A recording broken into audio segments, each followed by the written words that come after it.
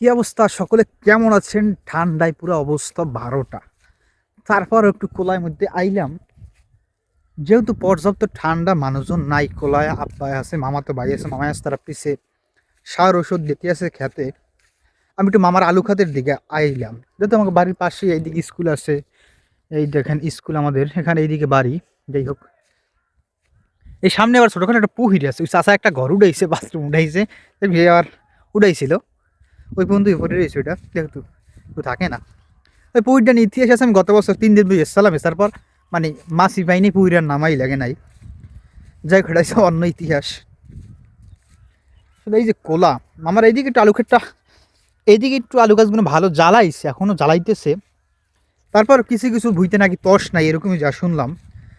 তাছাড়া আলু দিছে মামায়, আলু আছে, তারপর কুমার, তারপর কি বলে ফুইট, ক্ষীরই, বেগুন, যাবতীয় মোটামুটি টুকটাক যত ফসল সে সবই দেয়।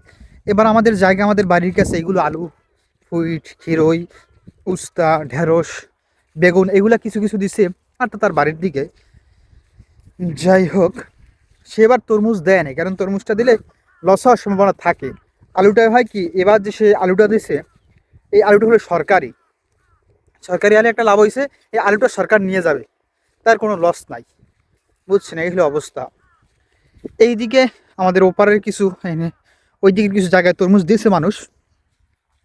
যাই হোক, এদিকেও কিছু আছে তরমুজ, এইদিকে কিছু তরমুজ আছে পাশে, ওইদিকেও কিছু তরমুজ আছে। এই হলো আলুর অবস্থা।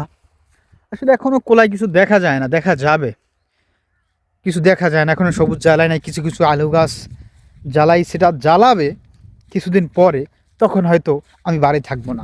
মজার বিষয় হলো, মানে এত কিছু আমাকে, এত কিছু দেয়, তারপর আমরা যখন বাড়ির বাইরে থাকি, মানে প্রচুর দাম দিয়ে কিনে খেতে হয়। দেখ, সেটা হলো অন্য সাবজেক্ট, যেহেতু বাড়ি থাকে না, কী করার। এখানে আমরা ছোটো চাষা এইগুলো লাগাইছে, এইগুলো লাগাইছে। এই পুকুরটা এসেছিলাম আমি, কিছু পাই নাই, সেইটা নাহলে বাতি দেই। দেখ আসলাম, যেহেতু শীত, ভিডিও লম্বা করতে চাচ্ছি না, পর্যাপ্ত পরিমাণ বাতাস আসছে, শীত, এখানে থাকা সম্ভব না। সবাই ভালো থাকবেন, ভিডিওটা ভালো লাগলে এটা ফলো করে দিবেন।